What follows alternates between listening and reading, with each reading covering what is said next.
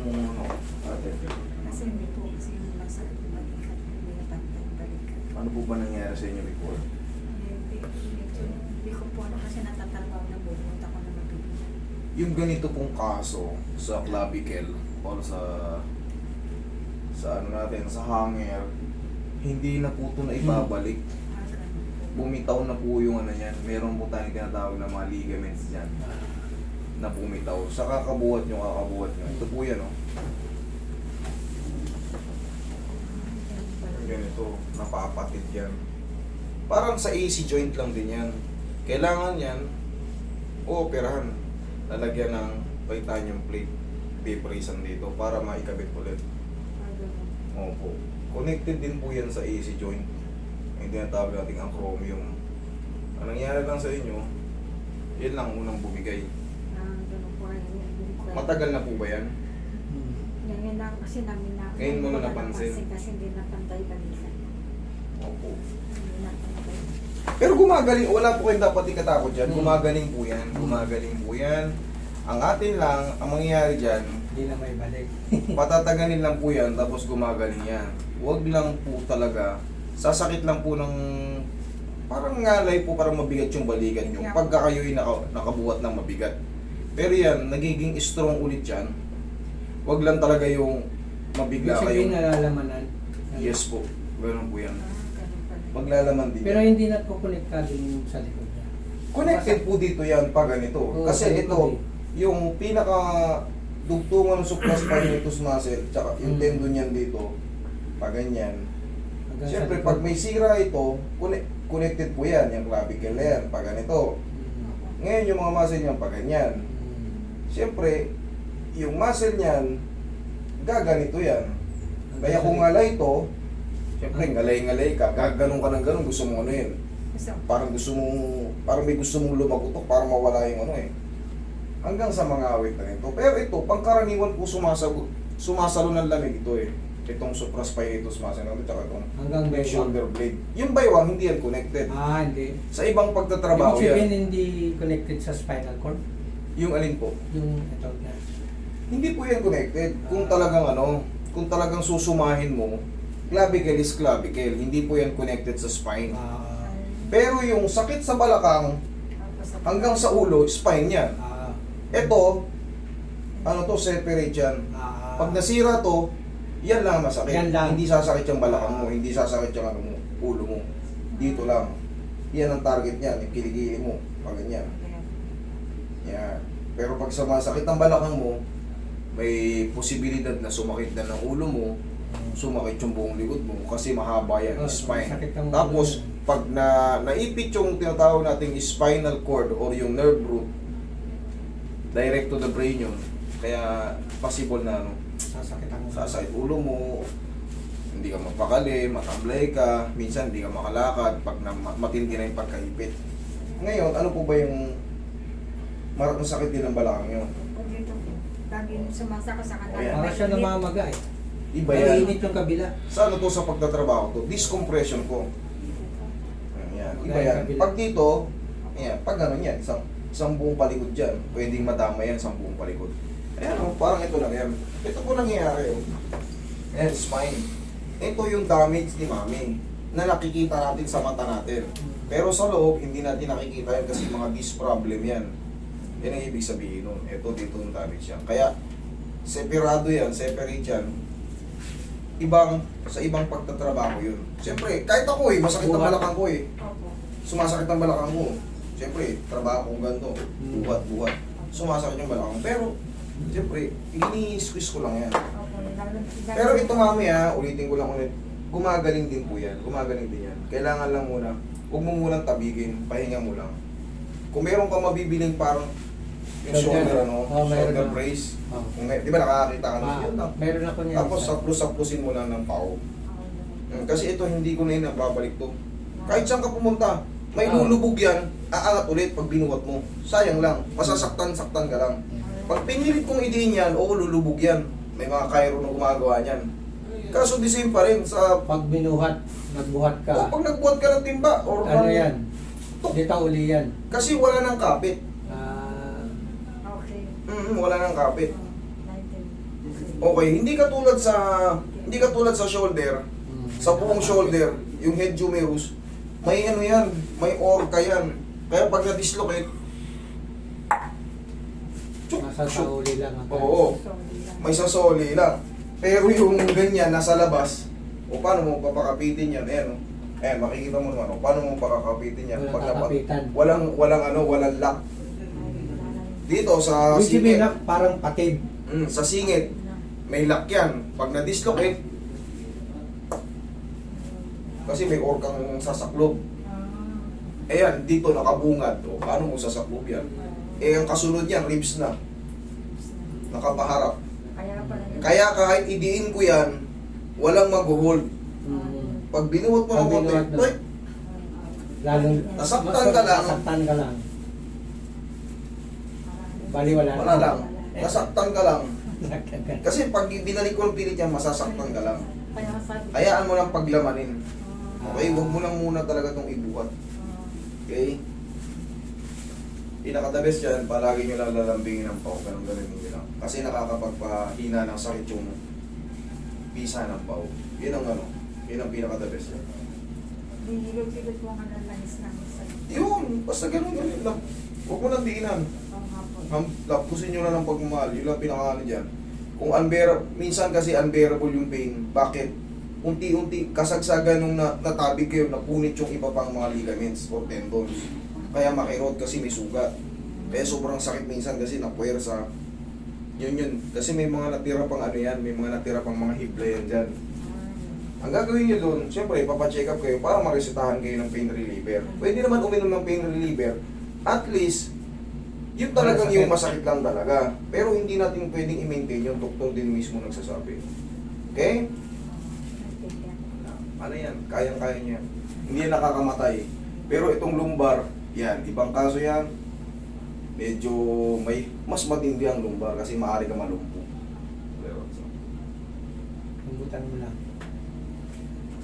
sa lumbar, Tumunog dito, malaki ang chance na manghina yung lower extremities mo. Siyempre, sasabihin na natin mo, unti-unti ka nang nalulumpo. Hindi ka kapatagilid. Kunin mo muna yung shoes mo. Yan. Yan. Wala po ba kayong mga disgrasya? Okay, very good. Wala kayong opera? Wala. Meron po appendicitis lang. Wala yan. Wala yan. Okay lang yun. Pag mga ganyan, appendicitis, gallbladder, tapos matagal na, cesarean, okay lang yan sa mga ganito. Pero pag bypass, liver cancer, liver operation, kidney, na mga medyo press pang buwan, hindi kita pag ganito rin. Relax lang. Kasi matatamaan yan. Relax lang. Lamputan mo na katawan. Lamputan mo lang. Yung isa pa.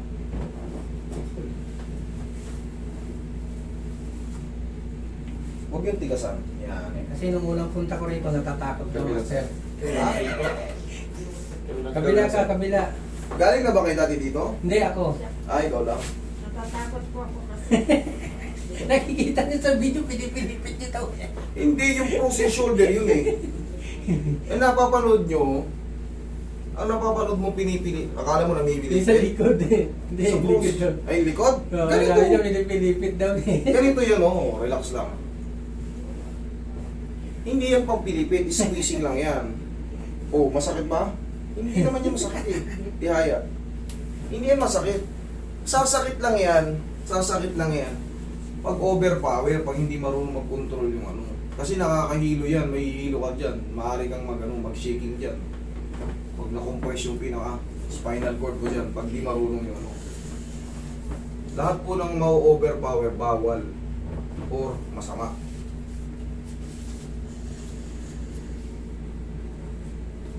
Kaya nga sinasabihan kayo, huwag yung labanan. I-relax yung katawan nyo, kusang tutulak yan. May mga ma-adjust dyan. Yun. Kahit maliit yung tumunog, malaking bagay yun kasi nagbabalikan yung mga facet joint, capsule joint na maliliit. Tapa kayo. Siyempre hindi nyo alam yun, kami nakakaalam nun. Hindi yung mismo hindi yung malalaking vertebrae yung umaatras dun.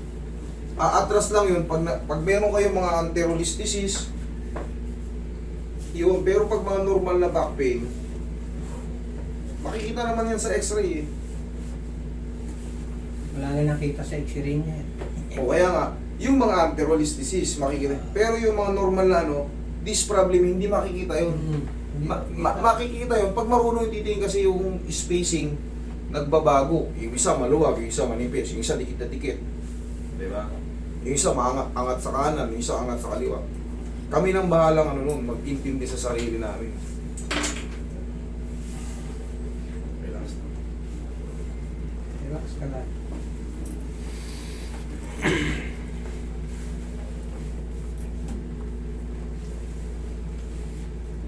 Meron pa.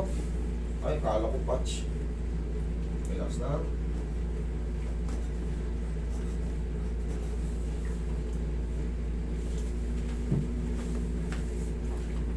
Okay ka lang dyan? Okay, sige, dyan ka lang.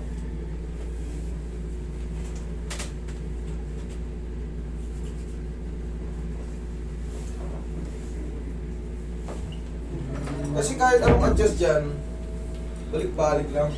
Dahil walang doon siya. Walang kakapit. Dihaya kayo. Yaya ka daw to. Pag isang ano lang kasi dyan eh. Tsaka palingkihan yun eh. Talagang magkakaroon talaga ng traffic. Gumagalaw kaso mabagal talaga. Pero pag pasukan, ako ang dami humihinto chip gawa na yung mga bata pumapasok sa eskwela. Para ng para. Okay, lagyan natin dyan. Relax ka lang.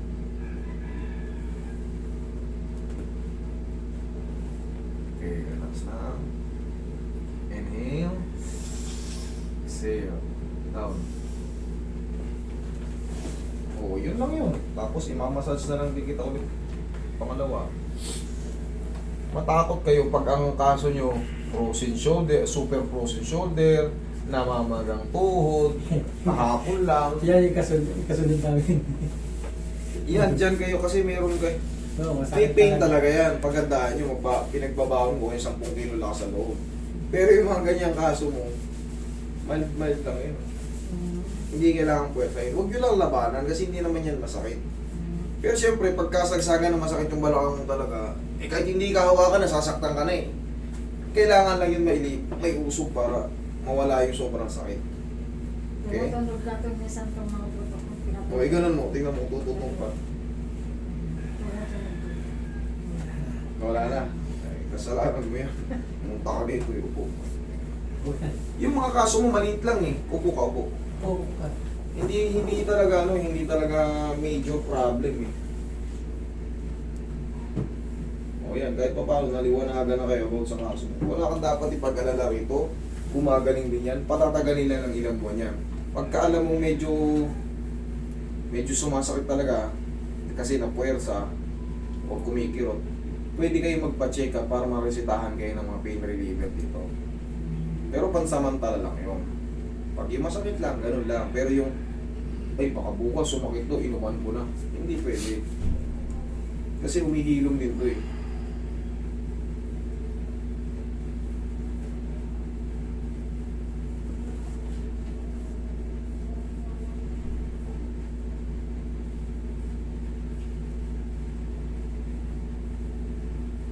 The same lang din yan dito sa kabilang dulo. Pag natanggal to, kahit anong adjust mo dyan. Kaya hindi mas hindi pantay yung balikat ko.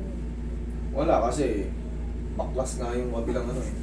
Kabubuhat nyo yan, kumbaga, katitis. Meron ng pain noon, sige lang, dire-diretso lang ang trabaho. Hanggang sa, kinabukasan, pagising mo ba, parang namamagayon dito ko. Unang sasabayan ng pamamagayon, tapos susunod, bukol na lang, yung buto na lang.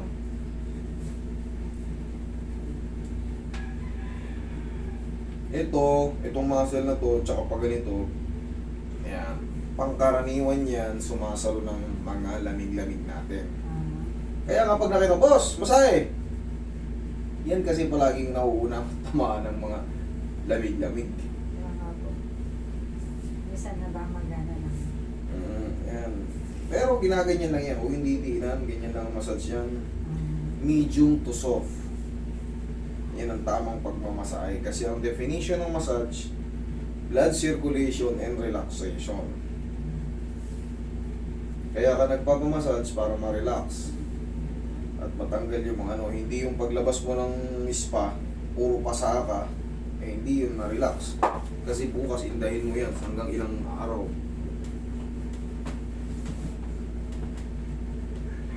Oh, check mo yung balakang mo, check mo dito mo kung guminhawa ba. Okay na. Ganun lang yan. Thank you. Sige.